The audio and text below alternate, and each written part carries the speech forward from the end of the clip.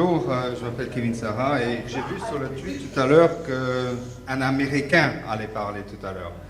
Je n'aime pas les labels et aussi je voudrais préciser que je suis américain mais je suis aussi anglais. Je suis né aussi en Allemagne, j'ai passé mon enfance en Belgique, mes enfants sont à moitié chinois et mes associés d'affaires sont tunisiens. Alors qu'est-ce que je suis? Je suis quoi? Est-ce qu'on peut réduire la réalité, la vie, l'interprétation des faits dans des tweets de 200 caractères? Des fois, c'est très difficile. Mais je m'excuse tout de suite pour tous les fautes de français que je vais faire. Je suis plutôt anglophone. Mais on m'a dit qu'il y avait plus de gens qui pratiquaient le français que l'anglais dans la salle. Alors, je vais faire de mon mieux, mais de temps en temps, je vais mettre des mots en anglais quand je ne trouve pas les mots en français. Alors, si on peut commencer avec le premier dia, on ne voit pas. Bon, qu'est-ce qu'on va faire pour qu'on puisse voir? Est-ce que vous pouvez lire quelque chose là? Bon, je pense qu'il faut éteindre la lumière.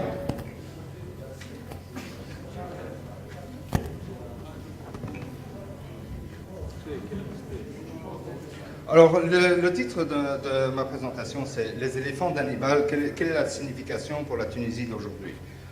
Bien sûr, on parle de Hannibal. C'est très facile parce que tout le monde le connaît, surtout en Tunisie. Mais ce qui est intéressant, c'est que tout le monde le connaît partout dans le monde. Et pourquoi est-ce qu'on parle encore d'Hannibal? Alors, parce qu'il a fait cette traversée des Alpes avec des éléphants. Non, ce n'est pas si simple que ça. Au fait, ce qu'il a fait, il a fait un voyage extraordinaire. Il a conduit une guerre extraordinaire. Il a non seulement traversé les Alpes avec quelques éléphants, mais il a conquis l'Espagne, il a traversé les Pyrénées, il a traversé la France, il a traversé la Rhône avec les éléphants. Il a dû construire des bateaux spéciaux, c'était une affaire extraordinaire. Et ça, tout ça, c'était avec 40 000 hommes, 12 000 chevaux, cavaliers et une quarantaine d'éléphants. Et ils sont arrivés en Italie du Nord. Et en arrivant en Italie du Nord, les éléphants, ils ont semé terreur chez les Romains. C'était quelque chose qu'ils n'avaient jamais vu, en tout cas arriver du Nord. Et je pense qu'ils les ont peut-être vus quelquefois avec les Grecs dans le Sud, mais c'était une innovation tactique très étonnante. Et il y avait aussi une innovation stratégique étonnante d'arriver, de personne n'est arrivé avant. On peut avoir le prochain lien? Alors, pour un peu revenir dans l'Antiquité et de l'histoire de Hannibal, de voir le contexte historique, Carthage était vraiment le centre du monde méditerranéen. Ça c'est juste avant la première guerre punique. Et ça dominait toute la Méditerranée. Et c'était à cause de sa position géographique à mi-chemin entre l'Est et l'Ouest. Alors elle a pu dominer tout le commerce et dominer les mers. Et c'est une idée extrêmement intéressante, cette position géographique, parce que cette position n'a pas changé. La Tunisie reste encore dans cette position-là. Alors, passons au prochain lien. Alors, cette guerre, quelle était, comme j'ai dit, l'innovation, c'était vraiment tout le voyage. L'Espagne, la France, la traversée du Rhône, les Alpes. Et puis, il avait déployé une innovation tactique des éléphants, mais aussi il avait une série d'innovations tactiques dans la façon qu'il conduisait la guerre. Il y a des historiens militaires qui disent que c'est Hannibal qui a inventé la stratégie militaire. Et il utilisait des ruses et des tactiques qui n'avaient jamais été vues avant. Par exemple, il utilisait la brume des lacs à son avantage stratégique. Il a attaché des troupeaux de vaches des torches et leur faisant passer de l'autre côté pour que les Romains pensent que ces armées étaient là où ils n'étaient pas. Il avait tout, avant Hannibal, les batailles étaient très très simples. Normalement, on choisissait des grands champs bien bas et les deux côtés allaient des côtés opposés des champs et puis ils se rentraient dedans. Et voilà, ça c'était la guerre et ça c'était les tactiques de guerre. Et on dit que c'est Hannibal, avec une force inférieure, il a quasiment conquis l'Empire romain. Mais il n'a pas tout à fait abouti, il n'a pas détruit Rome, et on a écrit des tomes. Pourquoi? Peut-être qu'il n'avait pas le soutien de Carthage, peut-être qu'il était assez mauvais dans la bataille pour les villes. Il y a toute une série de théories, mais ce n'est pas le but de cette présentation. Alors, je voulais simplement vous rappeler que vous vous souvenez de deux idées. Un, c'est que Hannibal était un innovateur stratégique, et deux, c'était un innovateur tactique. Et la combinaison des deux était fatale. Alors, avec ces idées en tête, je veux présenter ma société, qui est une société à capital mixte européen et tunisien, qui s'appelle Tounour.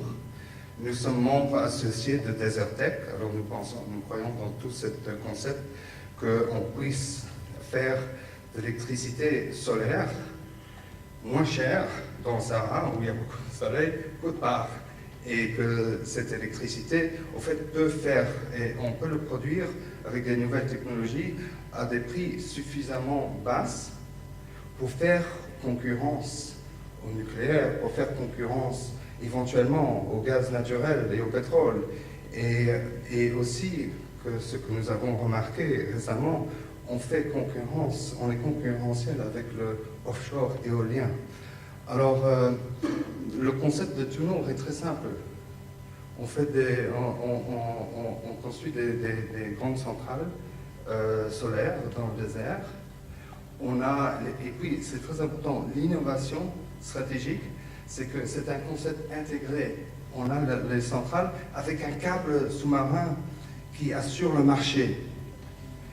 Et on vend l'électricité en Europe, qui le paye plus cher maintenant qu'on pourrait le vendre en Tunisie. Alors, ces ventes, ils soutiennent tout le développement d'une industrie tunisienne. On utilise nos éléphants, en fait, c'est le CSP avec le stockage. Si on utilise l'énergie solaire classique, qu'on voit sur les toitures, le PV, on appelle ça, le problème avec ça, c'est que quand le soleil se couche, il n'y a plus d'électricité, et c'est justement au moment où on a souvent le plus besoin, par exemple pour éclairer. Avec le CSP permet de stocker l'énergie pour pouvoir générer l'électricité après que le soleil se couche. Et c'est un concept très très important, et ça c'est notre innovation. Et notre innovation technique et notre innovation stratégique, c'est le câble. Alors, voilà. Alors, nous pensons que nous avons un formule gagnant aussi, avec l'idée d'avoir vraiment une nouvelle idée, où on fait un câble qui va jusqu'à l'Europe du Nord, ça va vraiment jusqu'à l'Italie du Nord. Ce n'est pas, bien sûr, a priori, on peut se dire, on peut faire un câble très, très court et très simple jusqu'en Sicile, mais ce n'est pas là où est le marché. Il faut bien réfléchir quels sont les buts. Les buts à long terme, c'est de créer une industrie en Tunisie qui peut peut faire concurrence aux Russes dans le gaz, qui peut faire concurrence aux Français dans le nucléaire, qui peut faire concurrence aux Allemands dans l'éolien offshore.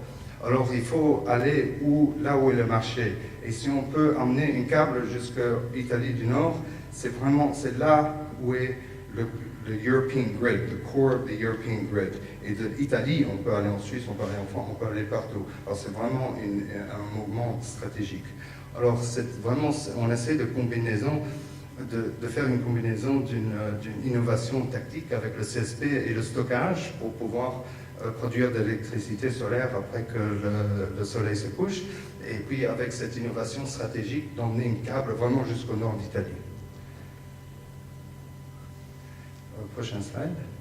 Alors, pour résumer, qu'est-ce qu'on peut en tirer de toutes ces histoires de l'Antiquité et du parallèle avec ce qu'on fait maintenant? Bon, la première leçon, c'est vraiment l'importance de l'innovation, de l'imagination et de l'innovation. L'imagination ne coûte rien. Il faut être créatif, il faut avoir des idées. Je pense que plusieurs speakers en ont parlé. L'imagination est clé, la créativité est clé. D'avoir des idées nouvelles est absolument clé. Mais des idées, they're empty, ils sont vides s'il n'y a pas un contexte, s'il n'y a pas un leadership. Et ça, c'est absolument essentiel.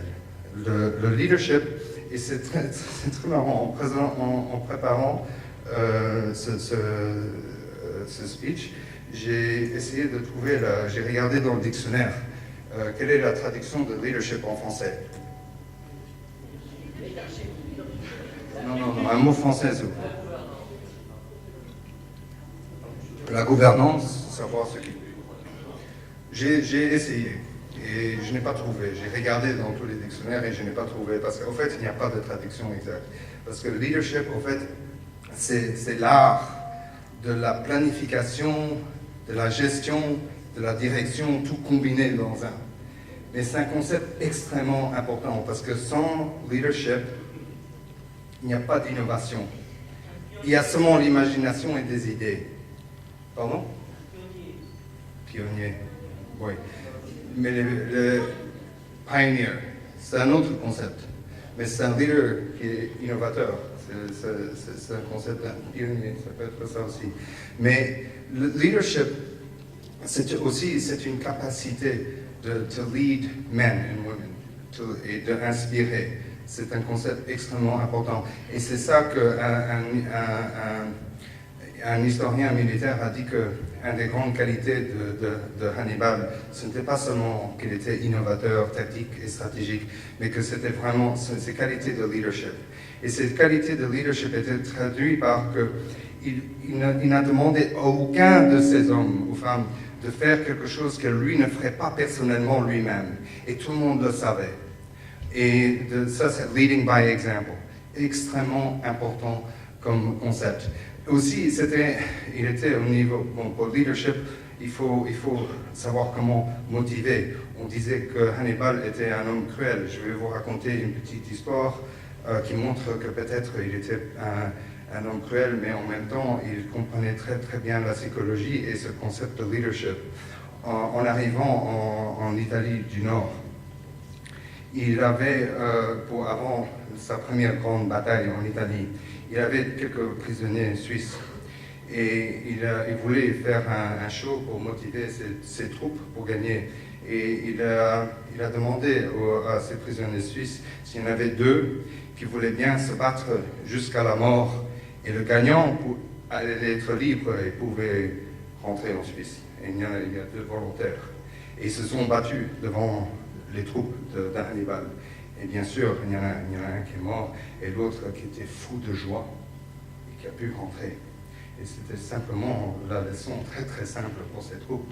On gagne ou on est mort. Et il avait toute une série de tactiques avec ces hommes pour les motiver. Et there was never a mutiny reported. Parce que un des grands problèmes dans l'Antiquité, c'était les troupes allaient souvent contre les commandants et c'était assez problématique, vous pouvez imaginer. Hannibal n'a jamais eu ce problème. La troisième concept avec lequel je vais vous laisser, c'est que la position géographique de la Tunisie n'a pas changé et que vous avez des réels avantages concurrentiels d'être in the middle of the Mediterranean Sea. Et je pense qu'on a fait illusion avant que, en fait, cette zone de croissance était in the Mediterranean and in Africa. Et la Tunisie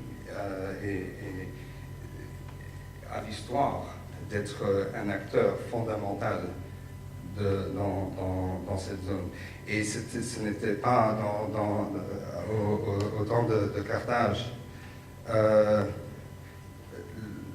Carthage ne tenait pas énormément de territoire, mais il se faisait des alliances.